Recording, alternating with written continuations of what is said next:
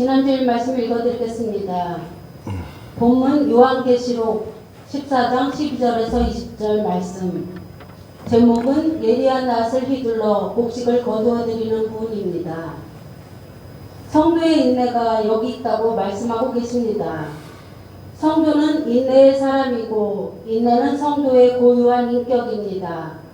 왜냐하면 인내하지 않고서는 하나님의 계명들과 예수님께 대한 믿음을 지킬 수 없기 때문입니다.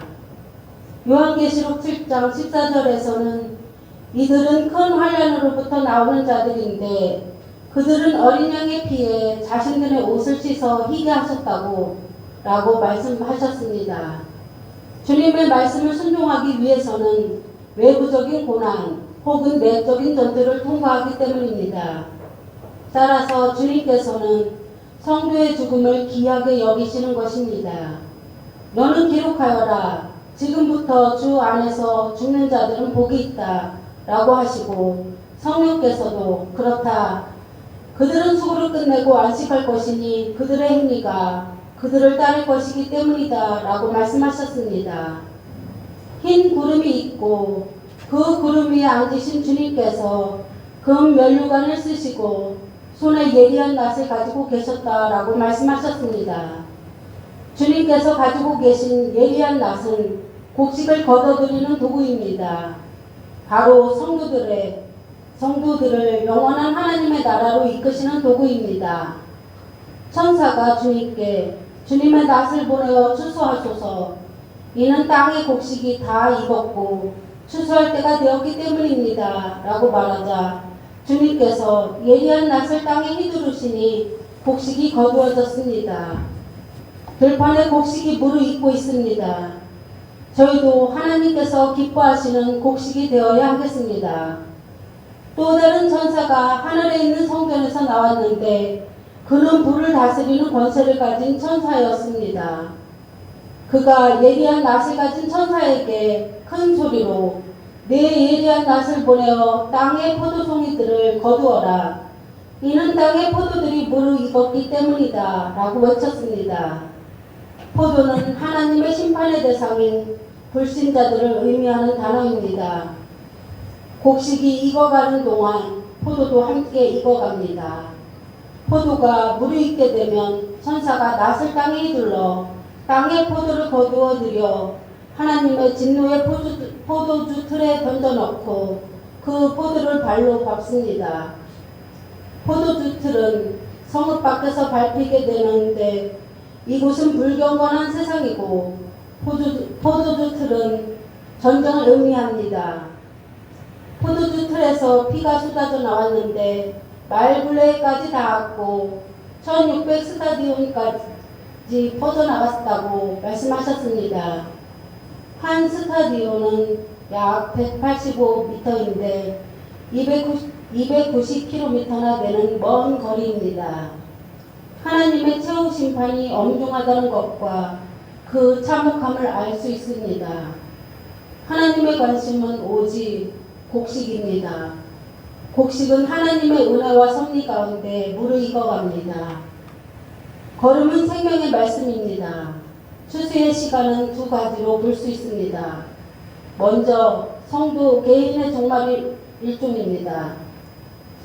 성도의 죽음을 귀하게 여기신다고 시편 116편 15절에 말씀하셨습니다. 인내의 말씀을 지켜 하나님의 계명과 예수님께 대한 믿음을 잘 지켜나갑시다. 무한폐렴으로 인해 교회와 성도는 많은 희생과 고난을 통과하고 있습니다. 뜻하지 않게 교회와 성도가 전염병의 근원인 것처럼 만들어 놓았습니다. 말세 교회와 성도는 어떤 구실로든 핍박과 환난을 받을 수 있다는 것을 기억해야 합니다. 그 가운데 인내의 말씀을 지켜나갑시다. 끝까지 경청하여 주셔서 감사합니다. 네.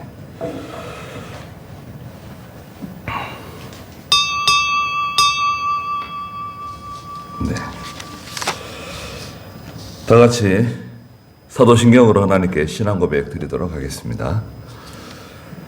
전능하사 천지를 만드신 하나님 아버지를 내가 믿사오며 그 외아들 우리 주 예수 그리스도를 믿사오니 이는 성령으로 잉태하사 동정녀 마리아에게 나시고 본디오 빌라도에게 고난을 받으사 십자가에 박혀 죽으시고 장사한 지 사흘 만에 죽은 자 가운데 다시 살아나시며 하늘에 오르사 전능하신 하나님 옆에 앉아 계시다가 저리로서 산자와 죽은 자를 심판을 오시리라.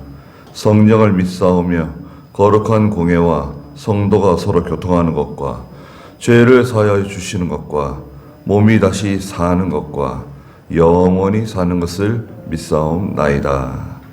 아멘.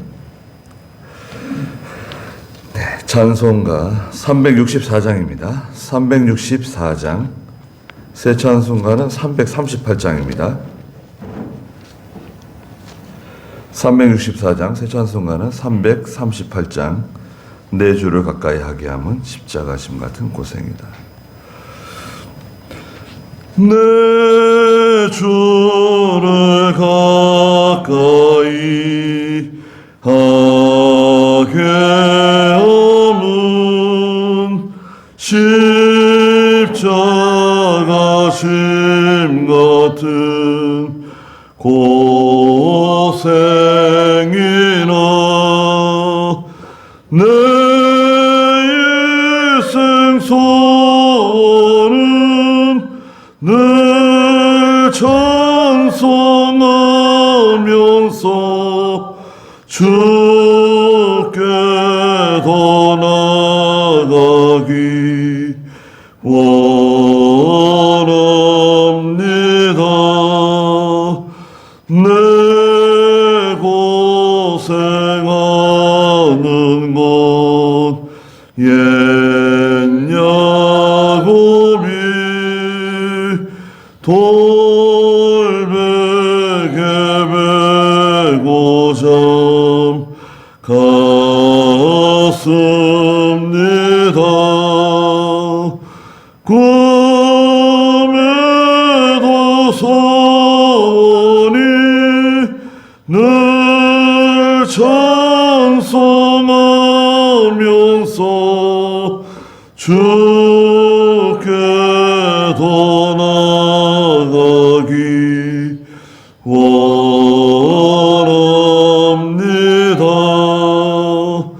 천성에 가는 길 험하여도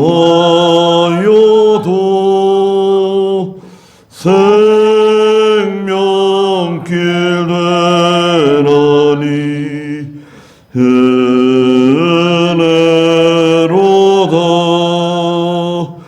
천사를 부르니 늘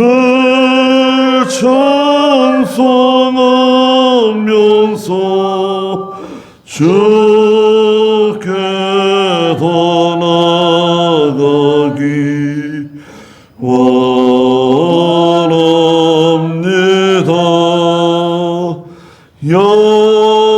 야곱이 참게요 일어난 후 돌단을 쌓은 것 본받아서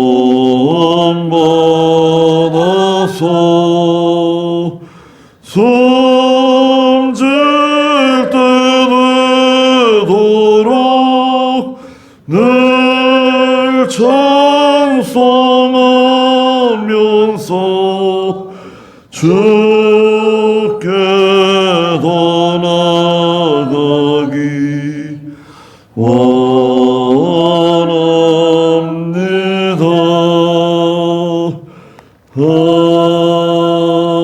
아멘.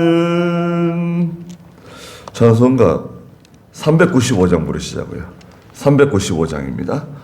새 찬송가는 342장. 395장, 새 찬송가는 342장입니다.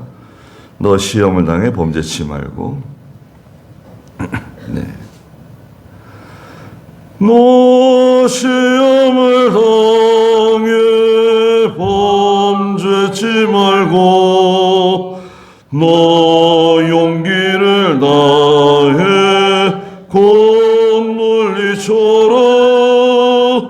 너 시험을 이겨 새 힘을 얻고 주 예수를 믿어 늘 승리하라. 우리 구주의 힘과 그의 위로를 빌라. 주님 내 편에 서서 항상 도우시리. 내 친구를 삼가 잘 선택하고 너 헌행을 삼가 늘 조심하라. 너 열심을 다해 늘 충성하고 온 정성을 다해 주 봉사하라.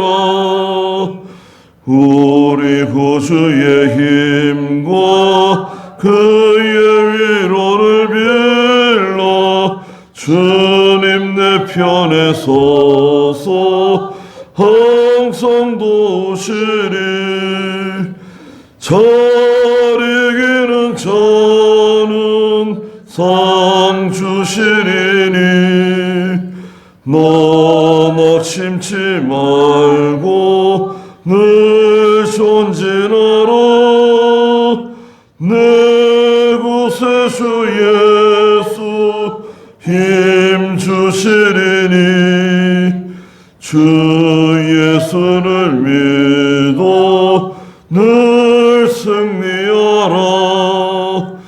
우리 구주의 힘과 그의 위로를 빌라.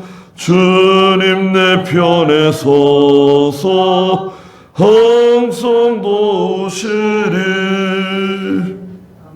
네, 같이 기도드리겠습니다.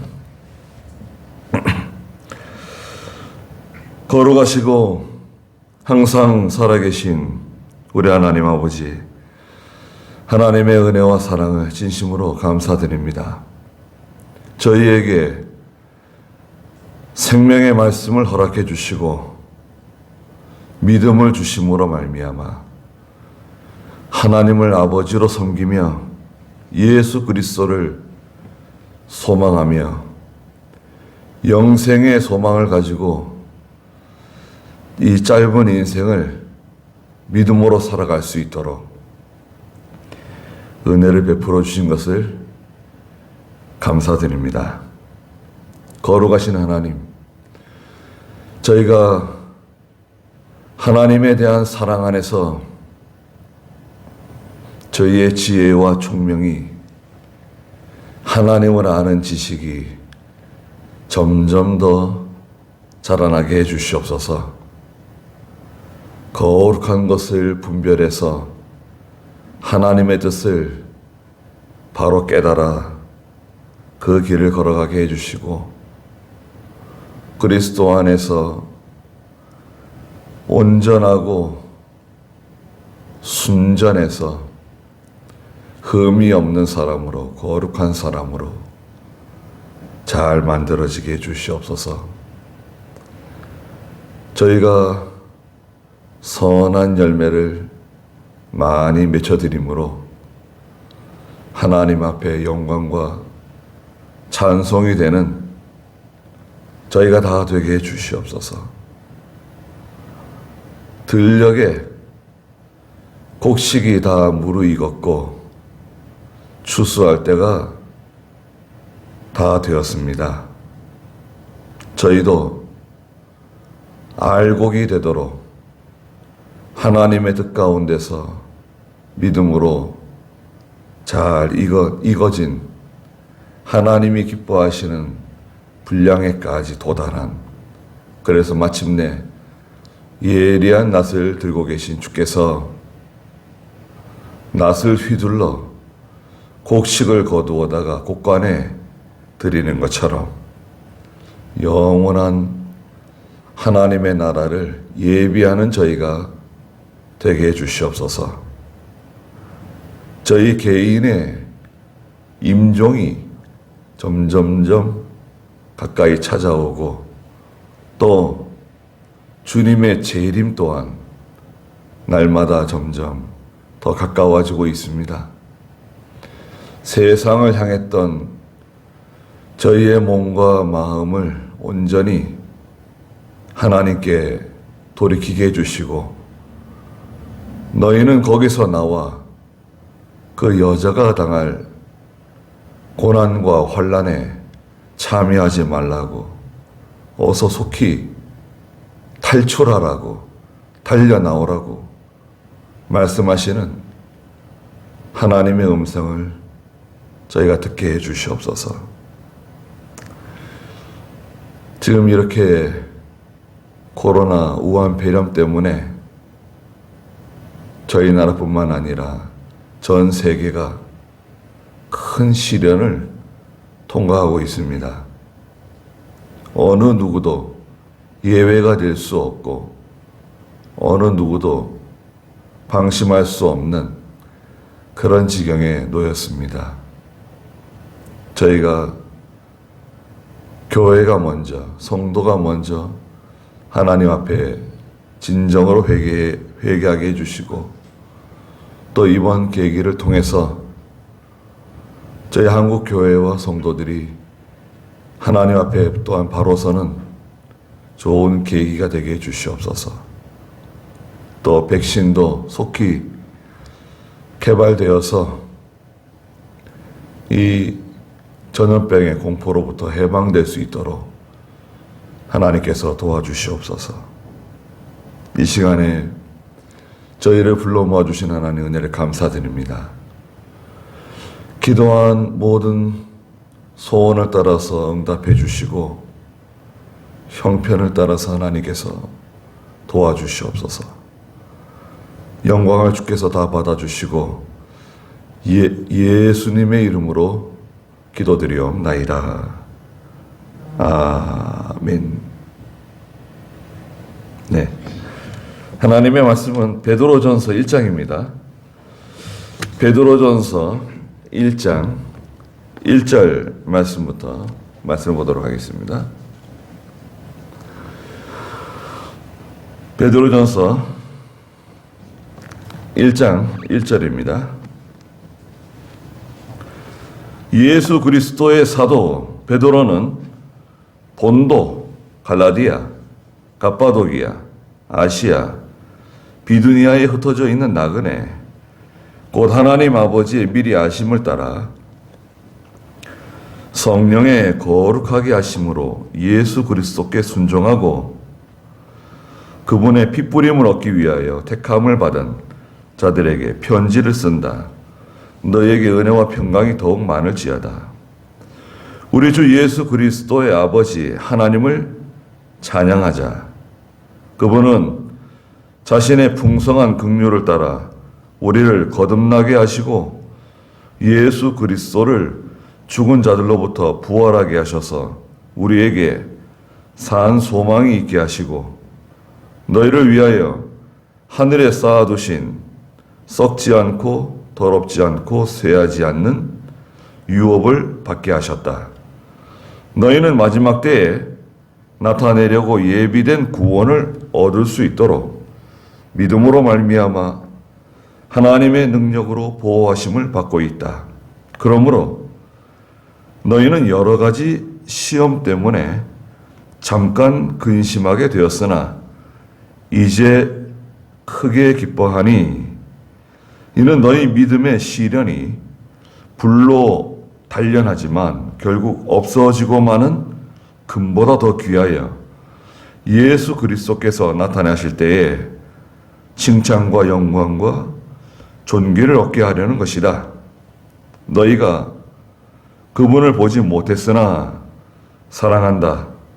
지금도 그분을 보지 못하면서도 믿으며 말할 수 없는 영광스러운 기쁨으로 즐거워하니 이는 너희가 믿음의 결국 곧 영혼의 구원을 받기 때문이다.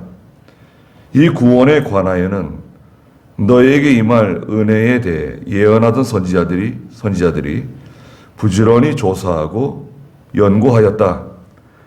그들은 자기 안에 계신 그리스도의 영이 그리스도께서 당하실 고난과 이후에 받으실 영광을 미리 증언하실 때 그 영이 무엇을 가리키며 어느 때를 가리키고 있는지 살펴보았다. 그들이 섬긴 것들은 그들 자신들을 위한 것이 아니라 너희를 위한 것임이 그들에게 계시되었으니 그것들은 이제 하늘로부터 보내신 성령으로 복음을 전하는 자들로 말미암아 너희에게 전파된 것들이며 천사들도 살펴보기를 원하는 것들이다. 그러므로 너희 마음의 허리를 동이고 정신을 차려 예수 그리스도께서 나타나실 때 너희가 받을 은혜를 끝까지 바라보아라. 너희는 순종하는 자녀로서 전에 알지 못하던 때에 따르던 그 정욕을 본받지 말고 너희를 부르신 분께서 거룩하게 하신 것처럼 너희도 모든 행실에 거룩한 자들이 되어라. 이는 내가 거룩하니 너희도 거룩하여라 라고 기록되었기 때문이다. 또 사람을 외모로 취하지 않으시고 각자의 행위대로 심판하시는 분을 너희가 아버지라고 부르니 나그네로 사는 동안에 두려움으로 지내라 그랬습니다.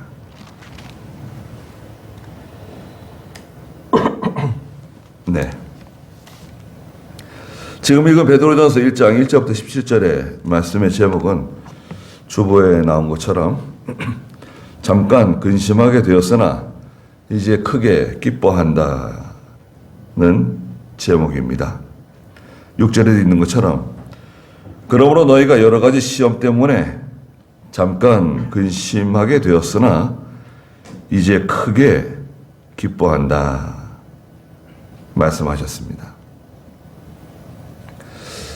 베드로전서는 베드로 사도가 기록한 말씀인데요. 베드로는 직업이 뭔가요? 직업이 어부입니다. 어부고 예수님의 12 제자들 가운데서도 가장 연장자인 것으로 우리가 이해하고 있습니다. 또 예수님의 제자들 가운데서 특별히 수제자가 있다라고 말하진 않지만 그래도 예수님의 제자 중에 가장 그 앞잡이 같은 영생의 말씀이 있사오니 우리가 네게로 가오리까. 주는 그리스도시요 살아계신 하나님의 아들입니다. 야 시몬의 아들아, 내 이름을 이제 시몬이라고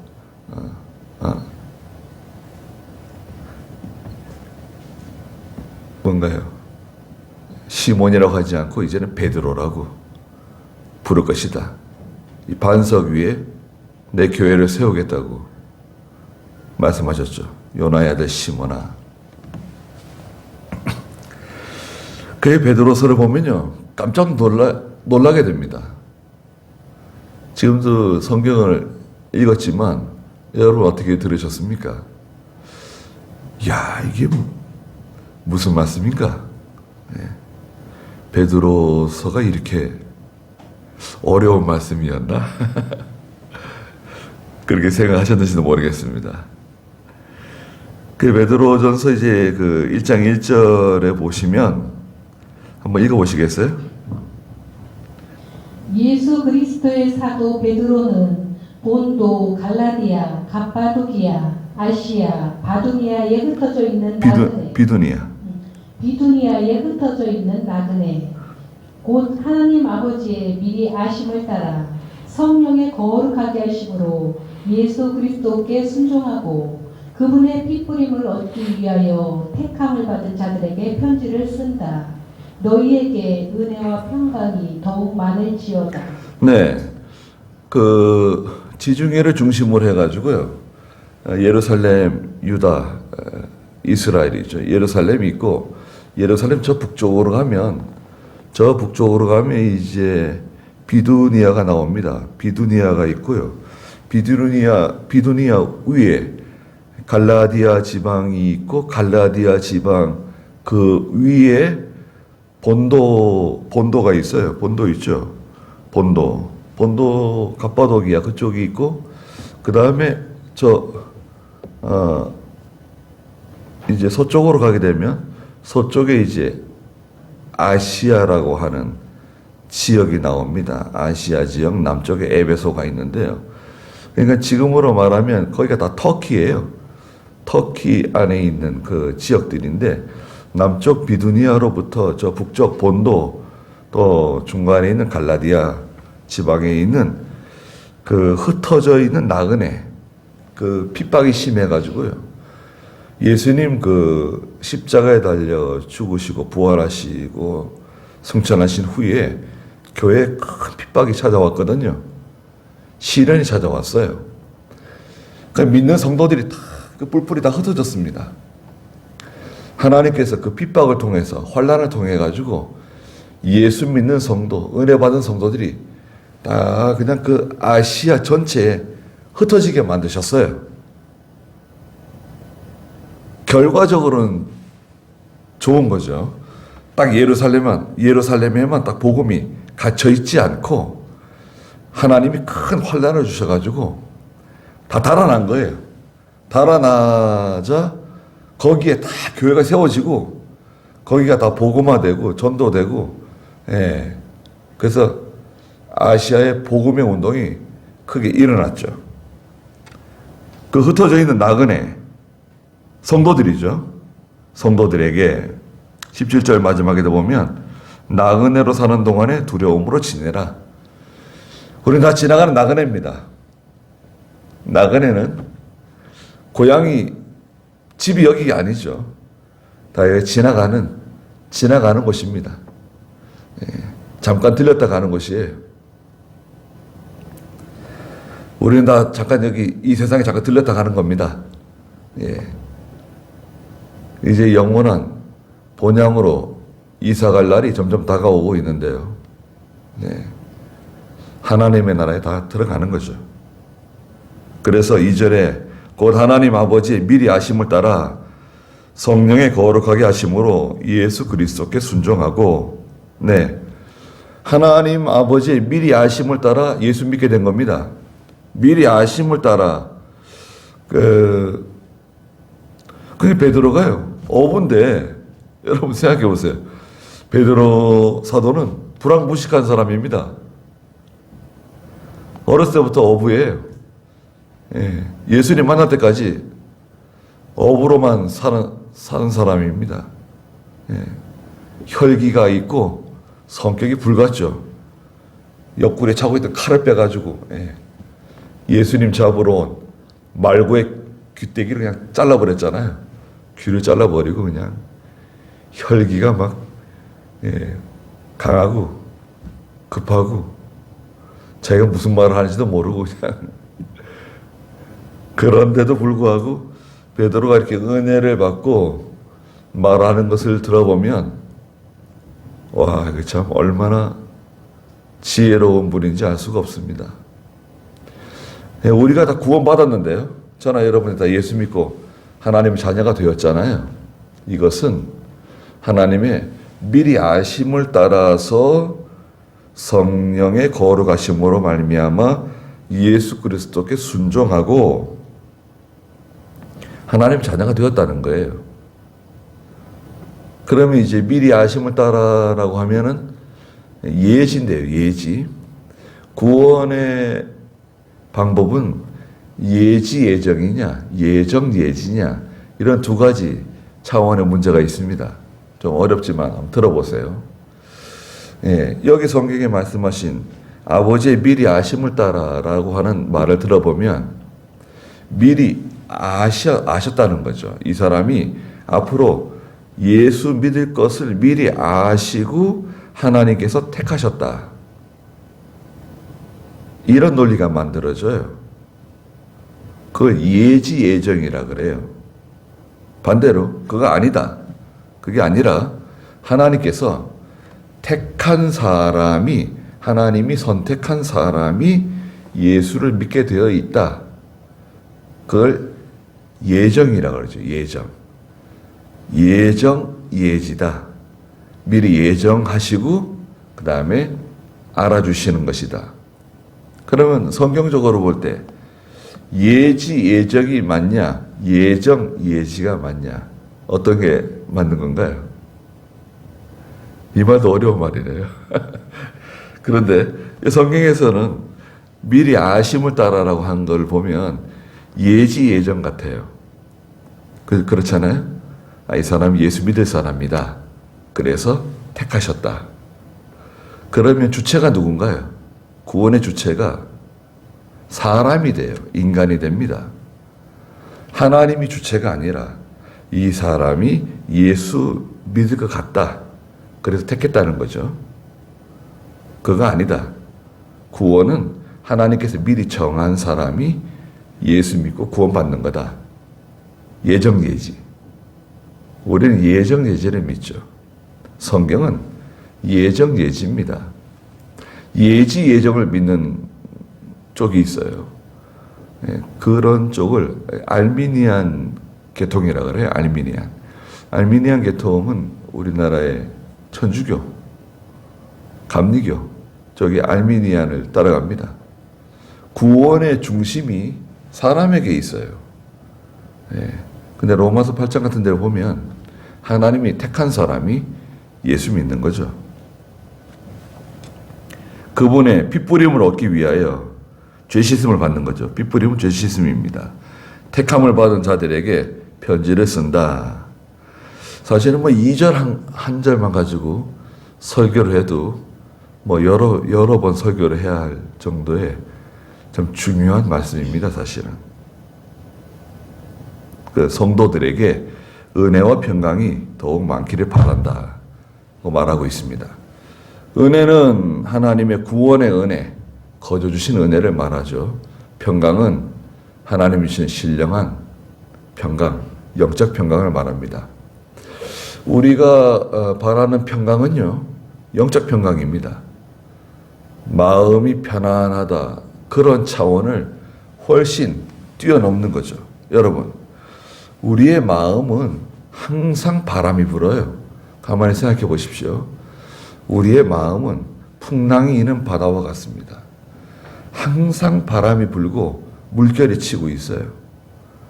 그래서 이 마음을 잠잠하게 만드는 것은 우리에게 달려있지 않습니다. 마음이 고요한 것은 그래 중요한 문제가 아니에요. 그럼 뭐가 중요하냐? 마음 저 너머에 있는 영적 평강이 중요해요. 영적 평강은 아주 견고합니다. 흔들림이 없어요. 마음을 항상 일시적으로 또 혹은 지속적으로 계속 흔들려요. 바람이 불어요. 물결이 쳐요. 그 마음을 고정시키는 것은 쉽지 않습니다. 그 내버려 둬요. 마음이 흔들리는 거, 마음이 요동치는 거, 두려움, 공포, 외로움, 고독, 적막함, 우울함 내버려 둬요. 그냥 그거는 일평생 죽을 때까지 따라오는 겁니다. 우리가 가지고 있는 것은 그 마음 그 너머 훨씬 더 깊은 곳에 있는 영적 평강이다. 영적 평강은 아주 견고해요. 흔들림이 없어요. 그리스도에게 뿌리를 내리고 있기 때문에요. 흔들림이 없어요. 그래서 영적 평강이 중심을 딱 잡고 있는 성도는 일시적으로 이렇게 흔들리죠. 일시적으로 뒤에 나가면 이제 잠시 시험, 잠시 환난, 고난이 있지만 마침내는 크게 기뻐하게 된다는 말씀이에요. 3절 읽어보세요. 우리 주 예수 그리스도의 아버지 하나님을 찬양하자. 그분은 자신의 풍성한 긍휼을 따라 우리를 거듭나게 하시고 예수 그리스도를 죽은 자들로부터 부활하게 하셔서 우리에게 산 소망이 있게 하시고 너희를 위하여 하늘에 쌓아두신 썩지 않고 더럽지 않고 쇠하지 않는 유업을 받게 하셨다. 네, 이것이 무엇이냐? 예, 썩지 않고 더럽지 않고 쇠하지 않는 유업의 정체는 바로 구원입니다. 구원. 구원을 우리에게 선물로 주신 거죠. 예, 우리에게 하나님께서 구원을 주셨는데 이 구원은 어떤 구원이냐? 3절에서 말씀하시는 것처럼 우리 주 예수 그리스도의 아버지 하나님을 찬양하자. 그분은 자신의 그 풍성한 긍휼을 따라서 풍성한 긍휼을 우리에게 베풀어 주셨다. 불쌍히 여기는 마음이죠. 긍휼은 우리를 불쌍히 여겨 주시는 거예요. 그리고 우리를 거듭나게 하시고 거듭나게 해주셨죠. 거듭나는 방편은 물과 성령으로 거듭나는 거죠. 물은 하나님의 말씀이다. 그리고 예수 그리스도를 죽은 자들로부터 부활하게 해주셨다. 하나님의 능력으로. 자, 예수님의 부활이 나옵니다. 근데 지금 베드로가 하는 말을 쭉 들어보세요. 베드로는 지금 우리가 말하자면은 교리예요, 교리. 성경의 아주 중요한 구원의 원리를 설명하고 있는 거예요. 굉장히 논리적이죠. 그리고 아주 빈틈이 없어요. 야, 베드로가 이렇게 지혜로운 분이셨는가? 그런 생각을 자꾸 하게 됩니다. 예수 그리스도를 죽은 자들로부터 부활하게 하신 그리스도의 부활. 우리가 세례 받을 때요, 세례 문답을 하잖아요. 미리. 예수님께서는 어떻게 부활하셨습니까? 물어봅니다. 여러분들은 어떻게 대답하셨나요? 목사님께서 우리가 세례 받을 때 예수님께서는 어떻게 부활하셨습니까? 물어볼 때 어떻게 부활한다고 대답하셨나요? 그걸 통과했으니까 세례 받았을 거 아니에요? 예수님은 어떻게 부활하셨습니까? 첫째는 뭔가요? 하나님의 능력으로 부활하셨습니다. 예수님은 하나님의 능력으로 부활하셨죠. 그 다음에 두 번째는 뭔가요? 예수님께서는 성령의 능력으로 부활하셨습니다. 그러면 땡 틀리는 거죠. 예수님은 어떻게 부활하셨습니까? 두 번째는 예수님 자신 속에 있는 능력으로 부활하셨습니다. 그렇게 대답해야지 맞는 것입니다. 성경에 다 나오는 거예요. 하나님의 능력으로 부활하셨다는 말씀도 있고 그리스도 속에 있는 능력으로 부활하셨다는 말씀도 있습니다. 그래서 예수님께서 사망과 죄와 마귀를 이기시고 살아나신 거죠. 그래서 우리에게 산 소망을 주셨어요. 자, 산 소망. 자, 첫째가 이제 중요한 게 산 소망인데요. 산 소망이 나왔습니다. 산 소망, 살아있는 소망. 산 소망의 정체가 뭐냐? 첫째는 영생입니다. 영생. 여러분, 하나님께서 우리에게 주신 산 소망은 그 속에 영생이 있다. 영원히 사는 소망. 그렇지 않습니까? 영생 얼마나 멋있습니까? 요한복음 11장 26절에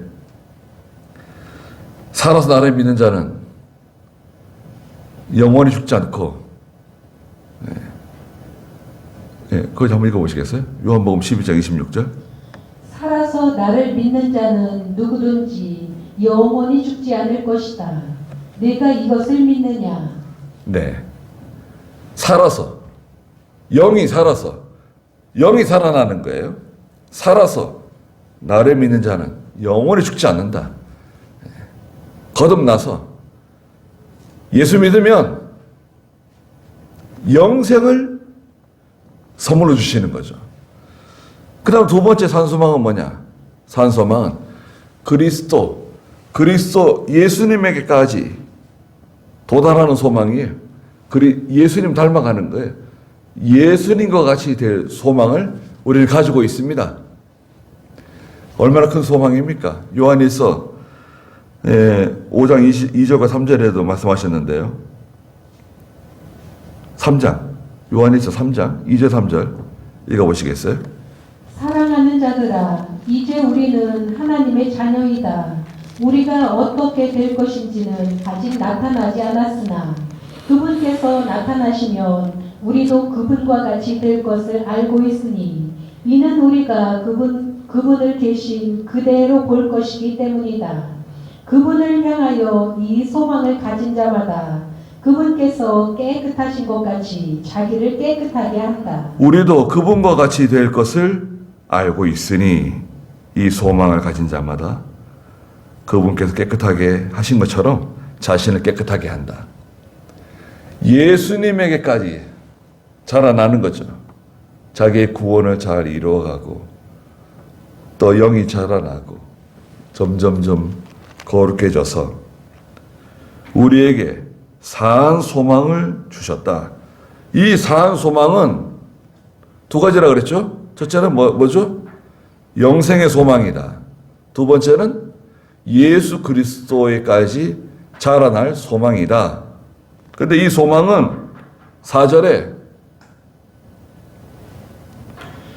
너희를 위하여 하늘에 쌓아두신 썩지 않고 더럽지 않고 쇠하지 않는 유업을 받게 하셨다. 이 사한 소망 속에는요, 이 사한 소망은 썩지 않아요. 사한 소망은 썩지 않는다. 이 세상에 있는 것은 다 썩어지고 쇠해지고 약해지고 다 부패하고 냄새나고 다 사라지죠. 다 지나갑니다. 이 세상에 있는 거는요, 다 쇠해져요. 또 썩어집니다. 약해집니다. 무엇이니 다 그렇습니다. 시간이 지날수록 점점 새 것이 된다. 그런 게 있을까요? 우리가 무슨 물건을 사더라도요, 가전제품을 사더라도 쓰든 쓰지 않든 시간이 지나면 그거 고장나잖아요. 또 우리 여자분들이 좋아하는 귀금속 같은 것도 처음에 사서 이렇게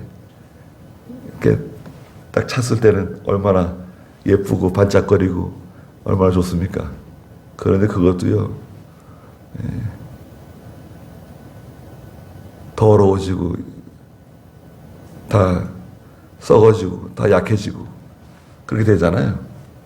다 변질됩니다. 그런데 하나님께 속한 것은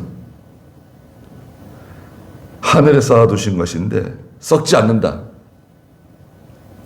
부르죠, 부르. 썩지 않는다. 불후. 더럽지 않고 더러지지 않아요. 항상 정결하고 쇠하지 않는, 불쇠, 쇠하지 않는다. 그런 유업을 우리가 받았습니다. 이게 구원이에요, 구원. 구원은 이렇게 우리에게 사한 소망을 하나님께서 주시고 있다. 우리가 사한 소망을 가지고 있습니다. 흩어져 있는 성도들에게 이 편지를 쓴다라고 말하면서 구원에 대한, 구원을 찬송하는 거죠. 사한 소망을 기억해라. 하나님께서 우리에게 주신 것인데 이건 썩지 않고 더럽지 않고 쇠하지 않는 영원한 하늘에 쌓아두신 것이다. 산 소망이 있고요. 그 다음에 시험 5절 읽어보세요. 너희는 마지막 때에 나타내려고 예비된 구원을 얻을 수 있도록 믿음으로 말미암아 하나님의 능력으로 보호하심을 받고 있다. 그러므로 너희는 여러 가지 시험 때문에 잠깐 근심하게 되었으나 이제 크게 기뻐하니 이는 너희 믿음의 시련이 불로 단련하지만 결국 없어지고 마는 금보다 더 귀하여 예수 그리스도께서 나타나실 때에 칭찬과 영광과 존귀를 얻게 하려는 것이다. 너희가 그분을 보지 못하였으나 사랑한다. 지금도 그분을 보지 못하면서도 믿으며 말할 수 없는 영광스러운 기쁨으로 즐거워하니 이는 너희가 믿음의 결국 곧 영혼의 구원을 받기 때문이다. 네. 여기 5절에 너희는 마지막 때에 나타내려고 예비된 구원을 얻기 위해서 마지막 때에 나타내려고 예비된 구원이 무엇인가? 예비된 구원이 있는데요. 예수님의 재림 때에 얻는 구원을 말해요.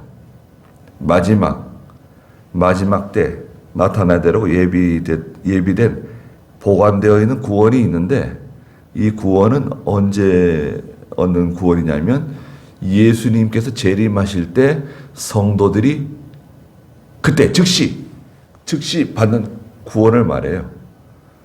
예수님 재림할 때 구원을 얻기 위해서 믿음으로 말미암아 하나님의 능력으로 보호하심을 받고 있다. 자, 믿음 있죠? 자, 믿음이 나왔습니다. 믿음으로 말미암아 하나님의 능력으로 다 이렇게 보호를 받고 있다는 거예요. 그 믿음의 정체가 뭐냐? 믿음. 자, 믿음은 어디서 나죠? 로마서 5장에 있는 것처럼 믿음은 어디서 나죠? 들음에서 난다. 들음은 어디서 나느냐? 들음은 하나님의 말씀으로부터 난다.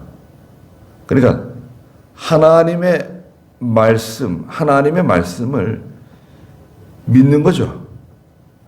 믿음이 생겼어요.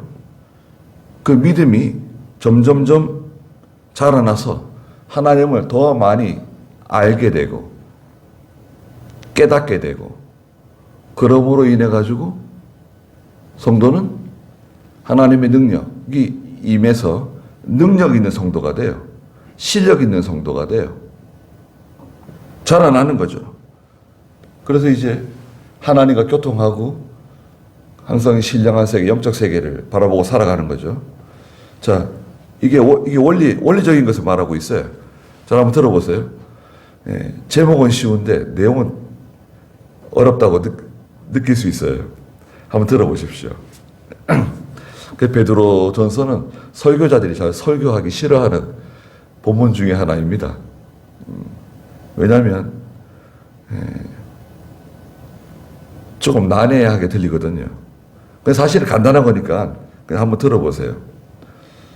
하나님으로부터 난 믿음인데 하나님의 능력으로 우리가 구원을 받았잖아요. 이 믿음은 출처가 어디냐? 출처. 믿음은 들음에서 난다. 들음은 하나님 말씀이다. 로마서 10장 17절. 한번 읽어볼까요? 로마서 10장 17절. 그러므로 믿음은 들음에서 나며 들음은 그리스도의 말씀으로 말미암는다. 믿음은 들어야지 믿음이 생겨요. 들어야지 믿음이 생깁니다. 듣지 않고 어떻게 복음을 듣지 않고 어떻게 믿느냐 이거죠. 복음을 듣지 않고 믿는 경우도 특수한 경우 있어요. 하나님께서 택한 백성을 구원해 내시기 위해서 복음을 듣지 않았는데도 불구하고 어떤 계기를 통해서 어떤 하나님의 기적적인 역사를 통해서 믿음을 주시는 경우가 있지만 일반적으로는 믿음은 복음을 들어야지 믿음이 생깁니다. 그래서 하나님 말씀을 들어야 돼요. 말씀이 있고 그 다음에 믿었어요. 믿고 믿음으로 살다 보니까 말씀을 깨닫게 돼요. 깨달음이 생겼어요. 영적 지식이 생겼어요. 바른 지식이 생겼어요. 믿음을 깨달을 때 영이 쑥쑥 자라납니다. 자, 하나님의 말씀을 깨달을 때 우리의 영이 쑥쑥 자라나요. 그래서 능력 있는 믿음이 만들어집니다. 실력 있는 믿음이 만들어져요. 영적 실력이 생겨요. 능력 있는 믿음으로 살아갈 때 여러분 성도가 죄를 이길 수가 있어요. 그리고 그 능력이 있어야 하나님 말씀을 순종할 수가 있습니다.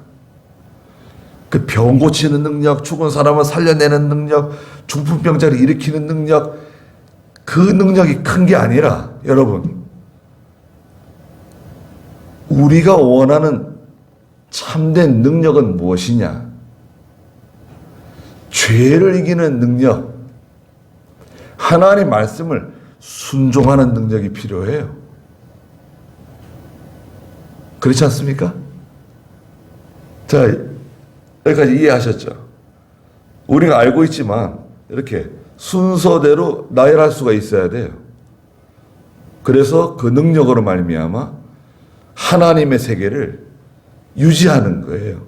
기도의 세계를 유지하는 거예요. 예. 영적 골방을 잃어버리지 않는 거예요. 그러니까 마지막 때 예비된 구원을 얻을 수 있도록 믿음으로 말미암아 하나님의 능력으로 너희가 이렇게 보호하심을 받고 있다. 하나님이 너희를 보호하고 계신다. 그러므로 6절에 너희는 여러 가지 시험 때문에 잠깐 근심하게 되었다. 시험이 많습니다. 시험, 여러 가지 시험 때문에 잠깐 근심, 잠깐 걱정, 잠깐 낙심, 잠깐 우울해지고 시험에 들어요. 그 잠깐. 시험은 여러분 반드시 끝나는 시간이 있습니다. 우리 세상에서도요. 아이들이 시험 치잖아요. 학교에서. 뭐 시험 없는 데가 없습니다. 군대에서도 시험 많이 봐요. 뭐 승진 시험, 뭐 시험 많이 보잖아요. 시험이 있습니다. 시험은 시험 시간 끝나는 때가 있어요. 종쳐요.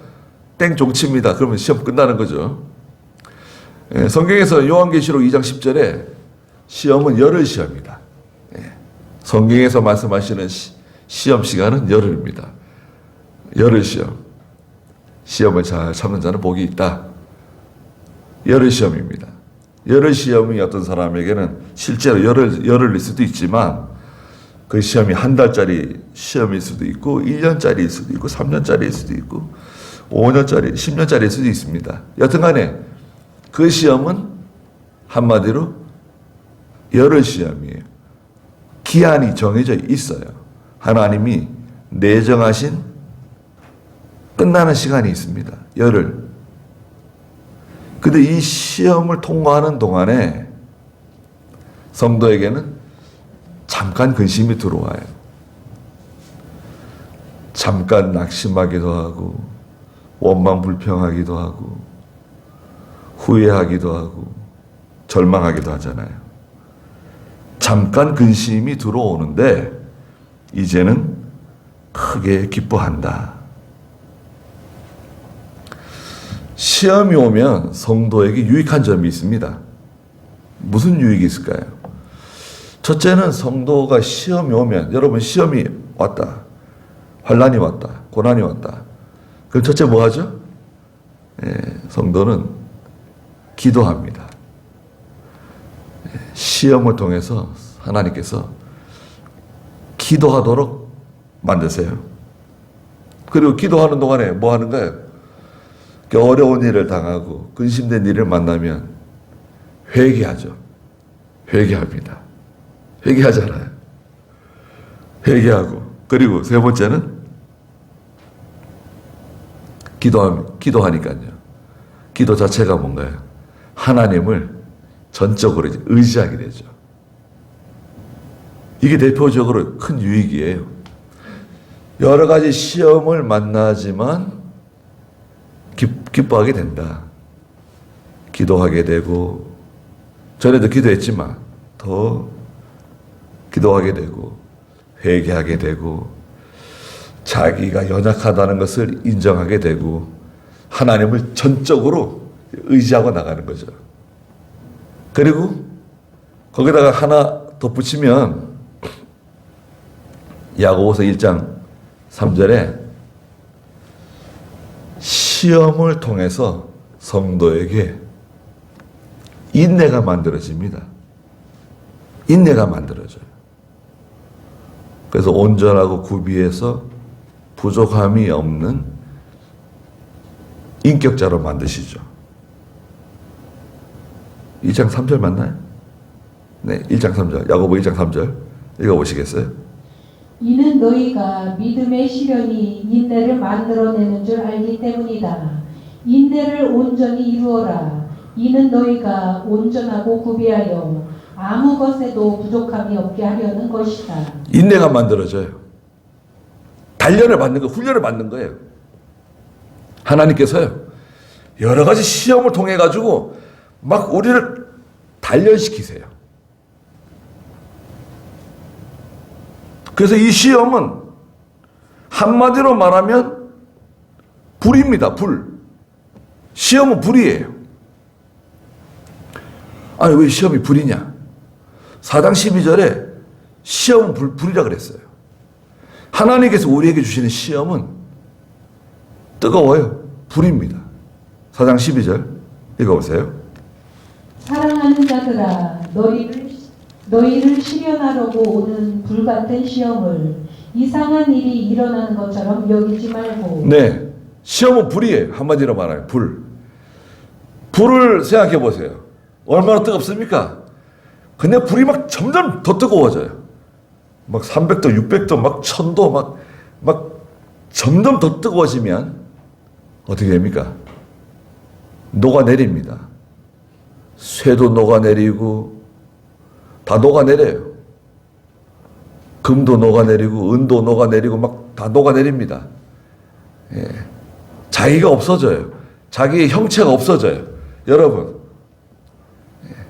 우리도 나중에 죽어가지고 뭐 불 속에 들어가게 되면 한 1시간도 안 돼가지고 한 줌 재로 변하는데요. 예. 그것도 시험인가요? 이 불을 통과할 때 불을 통과해야지만 성도가 아주 견고해집니다. 불은 어떤 유익이 있냐면요. 이사야 1장에도 말씀하셨는데 우리 속에 있는 그 찌꺼기, 혼합물을 제거해요. 황금을 만들기 위해서, 순은을 만들기 위해서 불에다 집어넣잖아요. 그러면 금이 다 녹아내려가지고 황금에 다 녹아내려 물 같은 그 금에 불이 붙어요. 은에 불이 붙어요. 그 불이 왜 붙냐? 그 금 속에, 은 속에 있는 더러운 혼합물들, 유기물들이 타는 거예요. 타면 어떻게 되죠? 순도가 올라가죠. 99.9% 막 이렇게 올라가는 거예요. 성도 속에 있는 욕심, 거역하는 마음, 불순종하는 마음, 예. 그리고 이 세상을 사랑하는 마음 가득했었는데 하나님께서 여러 가지 시험을 막 벌어하셔가지고 예. 불 속으로 막 집어넣는 거예요, 우리를. 그만 뜨거워서 막 죽겠다고 막 난리가 나죠. 기도하고 회개하고 막 하나님을 의지하고 막 달려듭니다. 그러는 동안에 그 우리 속에 그 끼어있던 모든 이 세속적인 이 세상의 세상적인 정욕적인 물질적인 이런 더러운 것들이 욕심이 다 이제 벗어지는 거예요. 그러니까 시험은 우리에게 유익을 주는 것입니다. 그리고 이 시험은 보통 일반적으로 우리가 가지고 있는 내가 가지고 있는 실력보다 좀 더 어려운, 좀 더 높은 시험이 우리에게 찾아와요. 여러분, 나는 실력이 10밖에 안 되는데 하나님은 우리에게 어떤 시험을 주시냐면 13, 15 이런 정도의 시험을 주세요. 100인 성도는 그 사람은 실력이 100인데 130, 150 이런 시험을 우리에게 주시는 거예요. 내가 감당하기 힘든 내 힘으로는 도저히 감당할 수 없는 그런 시험을 주십니다. 그러니까 하나님 의지하지 않을 수 없잖아요. 아, 이거 끝장이로구나. 예, 그런 절망적인 큰 낙심이 들어온단 말이죠. 근심, 걱정, 염려, 이런 게 막 갑자기 확 들어와요. 그러나 성경은 뭐라 그러세요? 고린도전서 10장 30절에 하나님께서 시험을 주실 때 그 시험은 어떤 시험이죠? 감당할 수 없는 시험 주시지 않는다. 아니, 하나님이 지금 내게 주신 시험은 내가 가지고 있는 실력보다 더 어려운 시험을 주셨는데 감당할 수 있는 시험만 주신다? 이건 뭐 성경에 맞지 않는 거 아니냐? 그렇지 않습니다.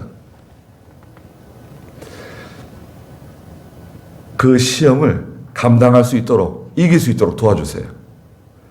그 시험을 통해서 하나님 의지하잖아요. 하나님 전적으로 의지하고 나가면 하나님이 그 내가 부족한 만큼의 능력을 주세요. 자, 보세요.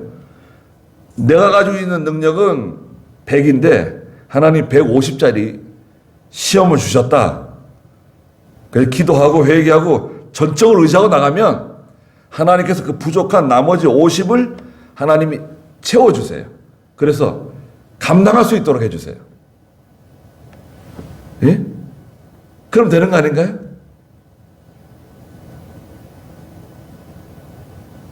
이병기 목사님은 예전에 여기 이 말씀 가르치시면서 산에 아버지가 아들들을 데리고 산에 나무하러 간다는 거예요. 나무하러 가가지고 큰아들 지기에는 큰아들이 질 수 있는 것만큼 또 지어주고 둘째한테는 또 둘째만큼 지어주고 셋째한테는 셋째만큼 지어준다는 거예요. 그런데 조금씩 더 무겁게 지어준다는 짐을 싼다는 거예요. 그 처음에 일어나려고 그러면 잘 못 일어난다는 거예요. 아버지 이거 좀 무거운 것 같은데 잘 못 일어난대요. 그러면 뒤에서 아버지가 이제 야 하나 둘 셋 하고 이제 살짝 들어준다는 거예요. 살짝 들어주면 그럼 이제 질 수 있다는 거예요. 하나님께서 도와주세요.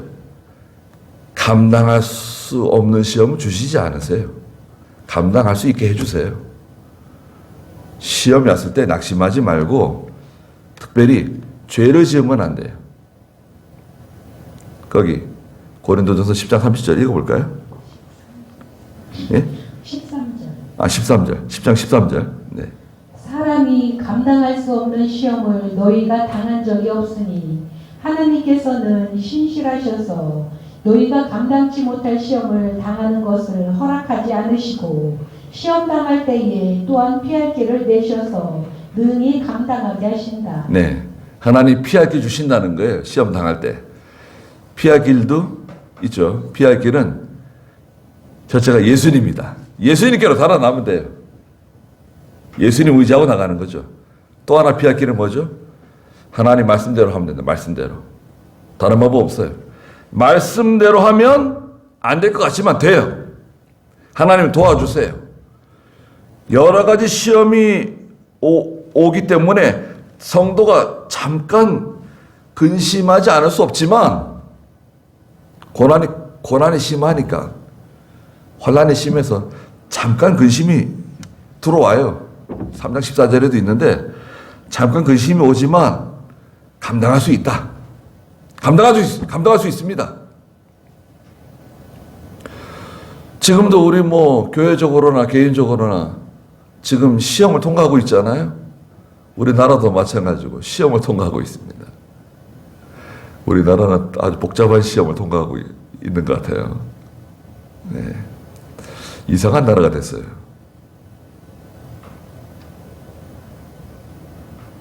복잡한 시험을 통과하고 있습니다. 특별히 교회와 성도는요, 하나님 말씀대로 통과해야 됩니다. 이 시험을. 시험은 한마디로 뭐라 그랬죠? 불이다, 불. 여러분, 불 속을 통과하는데 무슨 다른 방법이 필요해요? 네. 그 뜨거운 불을 통과하고 있는데 우리가 다른 어디 신경 쓰고 어디 돌아보고 여러 가지 할 게 뭐가 있어요? 시험을 통과할 때는 하나님 의지하고 기도하는 수밖에 없어요. 회개하고 기도하고 하나님께 부르짖을 때 그 시험을 통과할 수 있습니다. 능력을 주세요. 7절에 이는 너희 믿음의 시련이 불로 단련하지만 결국 없어지고 마는 금보다 더 귀하다. 정금 같은 신앙 만드시는 겁니다. 욥기 23장 10절에서 욥이 깨달았잖아요. 내가 왜 이렇게 큰 고난을 당하는가? 에 대한 의문을 계속 가지고 있었는데 23장 10절에서 기도하는 동안에 하나님께서 깨닫게 해주셨어요. 이거였구나. 하나님께서 나를 불로 단련해서 정금 같은 신앙 만드시려고 그러시는구나. 그걸 깨달았어요.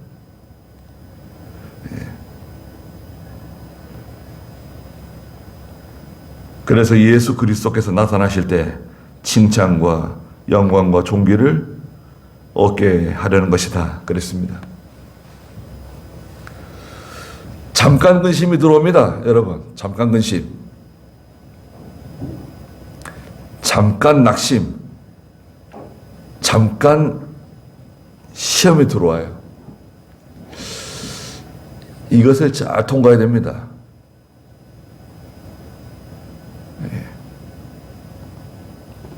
여러분, 그런 거 있잖아요.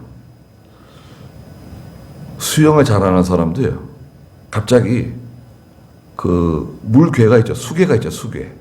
물속에 들어가면 물이 이렇게 사람을 확 이렇게 말아서 감고 들어가는 데가 있어요. 사람들은 물귀신이 있다고 뭐 자꾸 그런 말들 하고. 거기 가면 사람들이 자꾸 빠져 죽고 그러죠. 근데 거기서 그런 데 빠지게 되면 그 수영을 가르치는 사람들이 뭐라 그래요? 가만히 있으라는 거죠. 허우적거리지 말고. 갑자기 확 물속으로 빨려 들어갈 때 허우적거리지 말고 가만히 있으라고. 저 강화에 가면 그 물살이 빠른 그런 아주 급류가 흐르는 그런 골짜기들이 있대요. 바닷물이 지나가는 건데요. 썰물과 밀물에 따라서 그래서 임금이 강화도로 백성들을 버리고 피난 갔잖아요. 피난 가가지고 그 나룻배에 몸을 싣고 바다를 건너가는데 신하들이 보니까 이 뱃사공이 배를 위험한 곳으로 몰고 가는 거예요. 그래가지고 신하들이 그 뱃사공을 그 배 위에서 목을 쳐서 죽였어요. 아니 어쩌자고 그 평생을 그 뱃사공 하던 사람을 그 배 위에서 위험한 데로 끌고 간다고 목을 쳤다고요. 그런데 그 뱃사공이 죽기 전에 하는 말이 뭐냐면 저기 배에 두레박이 하나 있는데 두레박을 물에다 던지시라고. 그리고 그 두레박이 가는 곳으로 배가 따라가면 무사히 이 골짜기를 지나갈 수 있으실 거라고. 그리고 죽었어요. 그런데 아니나 다를까 막 배가 막 풍랑에 그 물결에 휩싸여가지고 막 이제 그러니까요. 신하들이 결국 그 죽은 백사공의 말대로 두레박을 물에다 띄우니까 두레박이 떠내려가는 거예요. 그 방향으로 배를 몰아가지고 무사히 건너갔다는 거예요. 그래서 왕이 그 뱃사공 무덤을 만들어줬어요. 그 언덕에 가면 그 뱃사공 무덤이 지금도 있습니다. 강화도에 가면. 그 전문가는 이해를 못해가지고 말이죠. 기도하고 시험이 왔을 때는 기도하고 발버둥 치는 거 아닙니다. 하나님 의지하고 자꾸 사람 의지하고 뭐 다른 방법을 사용해서 그걸 통과하려고 그러지 말고 예수 믿는 성도는 믿음으로 통과하는 겁니다. 기도함으로 통과하는 거예요. 그러면 이 시험의 기간을 잘 통과할 수 있게 됩니다. 거기까지 하시죠. 기도하겠습니다. 거룩하신 하나님, 하나님께서 저희들에게 베푸르신 구원의 큰 소망은 산 소망이라고 말씀하셨습니다. 이 소망은 더럽지 않고 쇠하지 않는, 그리고 영원히 변하지 않는 참된 소망이라고 말씀하셨습니다. 저희는 영생을 바라보고 있습니다. 예수 그리스도를 바라보고 있습니다. 그러나 세상에 사는 동안에 너희가 여러 가지 시험을 만나게 될 것이고 잠깐 근심하지 않을 수 없지만 반드시 그 시험을 통해서, 시련을 통해서, 불같은 시험을 통해서 크게 기뻐할 때가 도래할 것이라고 알려주셨습니다. 시험 때에 기도하며 회개하며 하나님을 전심으로 찾고 또 저희의 인내가 잘 만들어지게 해주시옵소서. 그래서 잘했다 칭찬을 받을 만하는 저희가 다 되게 해주시옵소서. 예수님의 이름으로 기도드리옵나이다. 아멘. 다시 한번 기도하겠습니다. 지금은 우리 주 예수 그리스도의 크신 은혜와 하나님 아버지의 무한하신 사랑하심과 성령의 감화하시고 감동하시는 은혜 역사가 사랑하는 모든 성도들과 믿음의 가정들과 믿음의 자녀들에게 항상 계시기를 축원하옵나이다. 아멘.